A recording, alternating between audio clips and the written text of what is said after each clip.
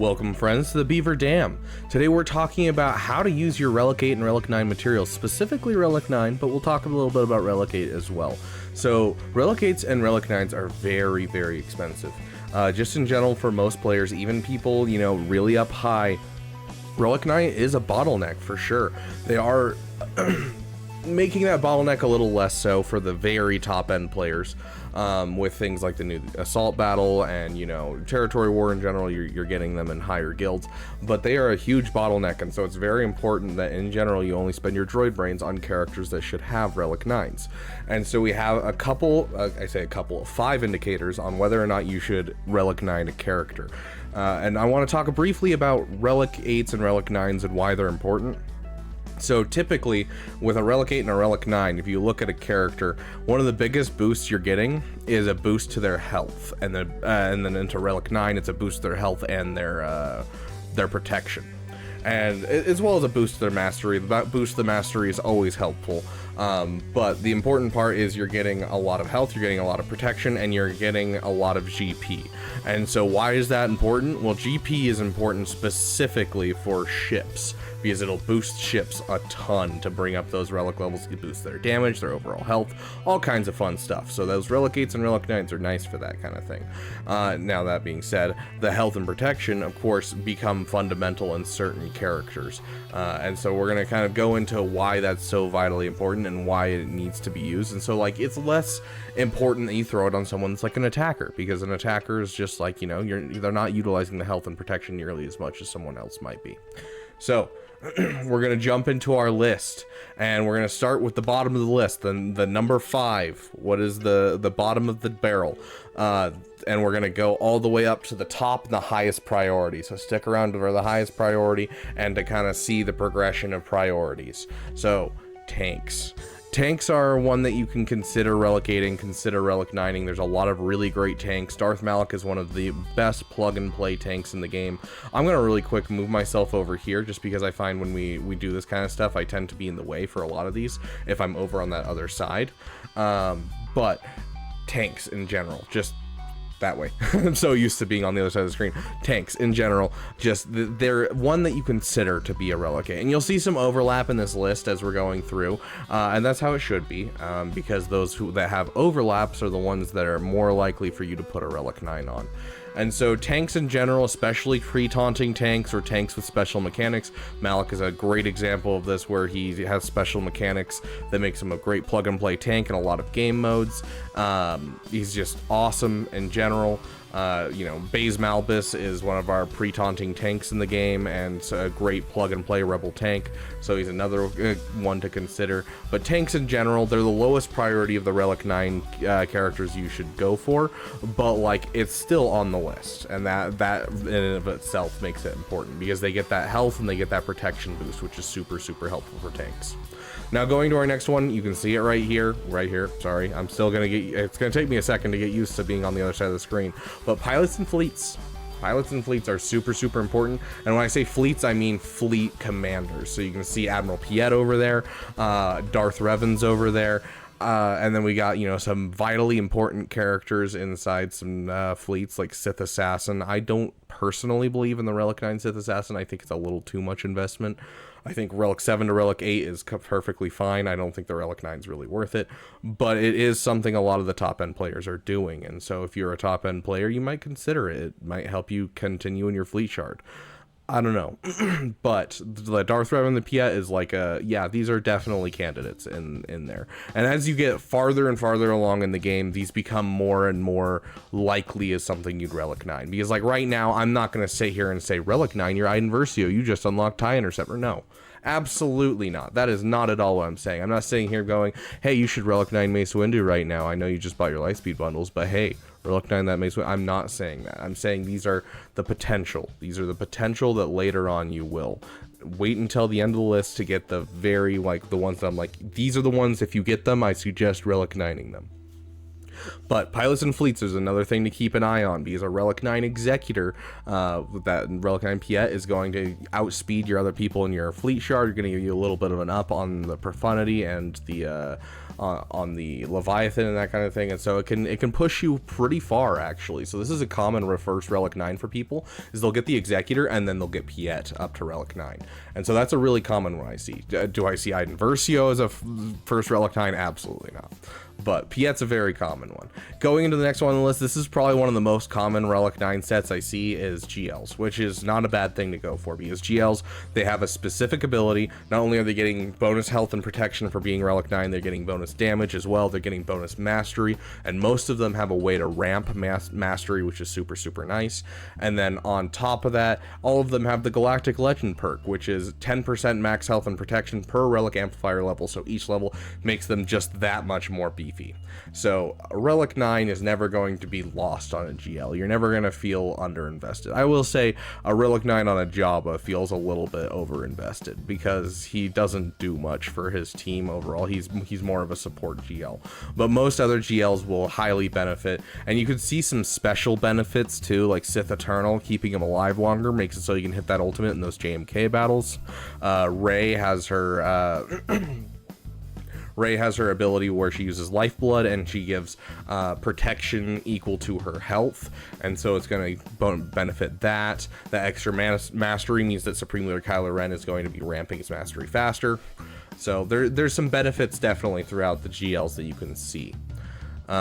You can see Sith Eternal, see. I know, I'm hilarious. Going into our next one, this is characters that use health and protection as damage, because we've talked about how health and protection is so vitally important with these Relic 8 and Relic 9. It's really what gets beefy through it, and so these are the characters that utilize those health and protection to do damage. We're not talking about percent damage effects where it's like, oh yeah, we're going to, you know, deal 5% damage equal to their health, like Newt Gunray's kind of thing. We are talking about the stuff like General Grievous, where it says deal physical damage to all enemies based on Grievous's max health, not on their max health, on Grievous's max health. So the beefier you get General Grievous, the more damage he's going to do. And so these characters are very important when it comes to this. This is like, we're getting to the top of the priority list. These guys, you know, they deal damage equal to their health, and so it's going to do a really good job in helping you be able to swing above your weight class with them, do a ton of damage, use them in all kinds of game modes. And so they're one of the top things I look for. They are not number one though, and the number one thing that we're looking for is Rex requirements. If it's not a requirement, it's not an absolute must. That's kind of the overall thing. The first Relic 9 that someone gets should probably be a requirement. Like Piet, I could definitely see.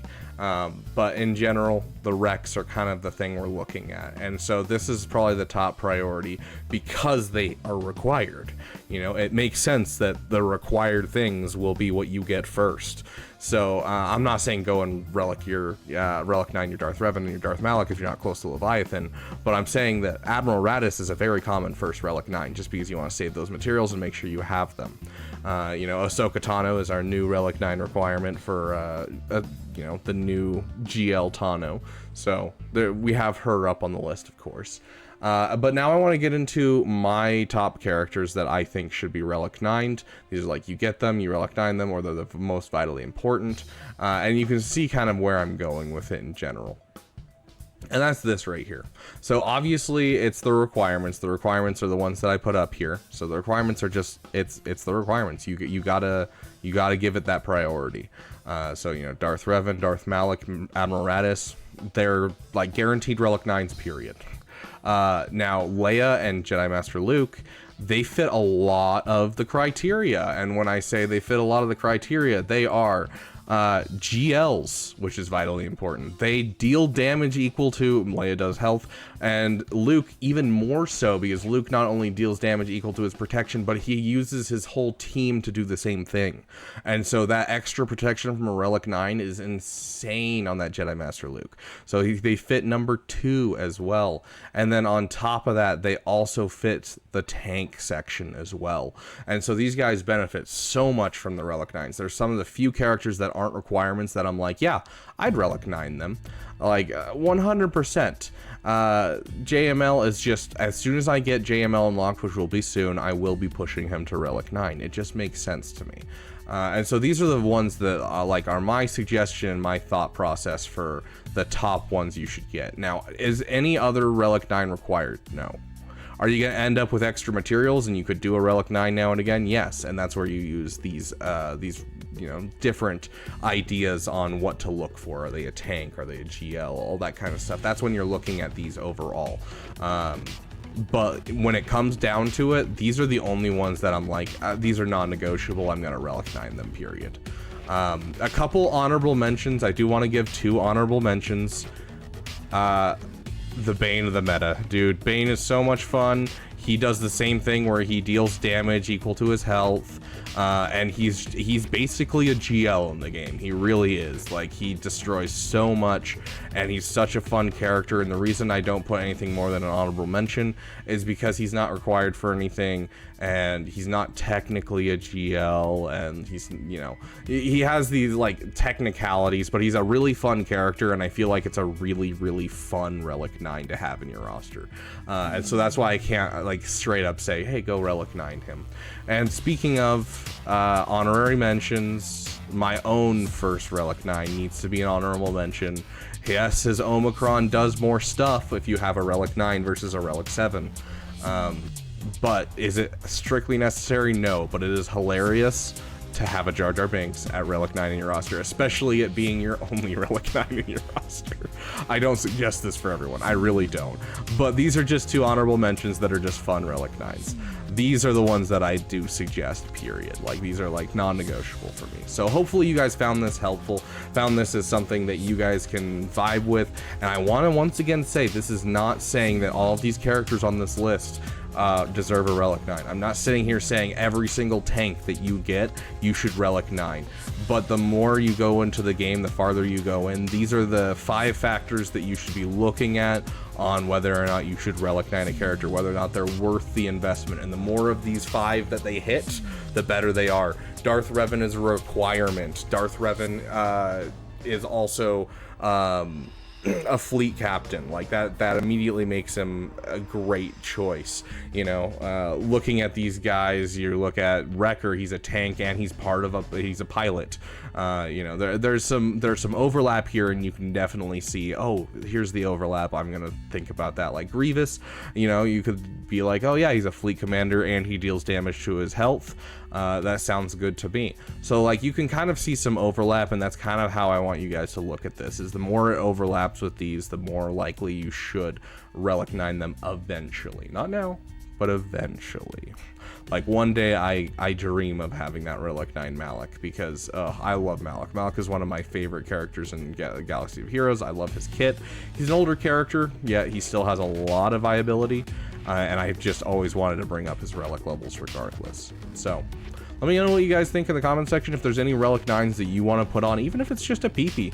I get that one. Like, I didn't put that in the list. I didn't put that as one of the little things because, like, you know, passion projects are important, but they're not technically something that I can, like, say, go spend a Relic 9 on, because that's, like, for most of us player, that's like the penultimate thing. Like, Arnold could throw a Relic 9 here or there. You know, top Kyber players can throw a Relic 9 here or there. But, like, when it comes to us regular people, us regular mortals, we really can't afford that.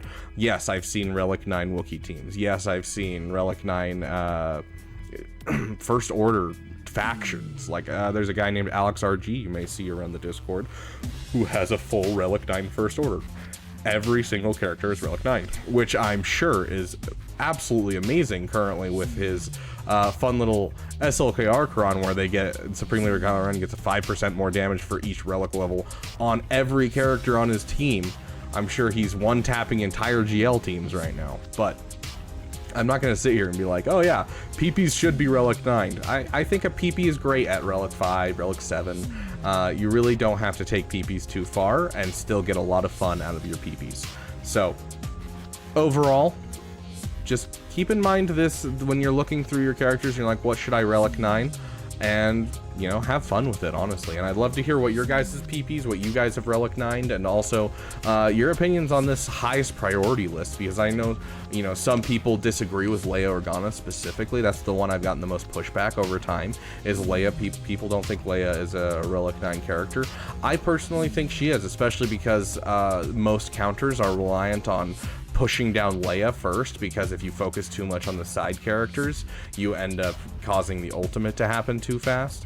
And so I just feel like it fits really, really well for how her character is played, as well as that health damage that she does. So I'd love to hear your guys' thoughts, and I will see you guys in the next video.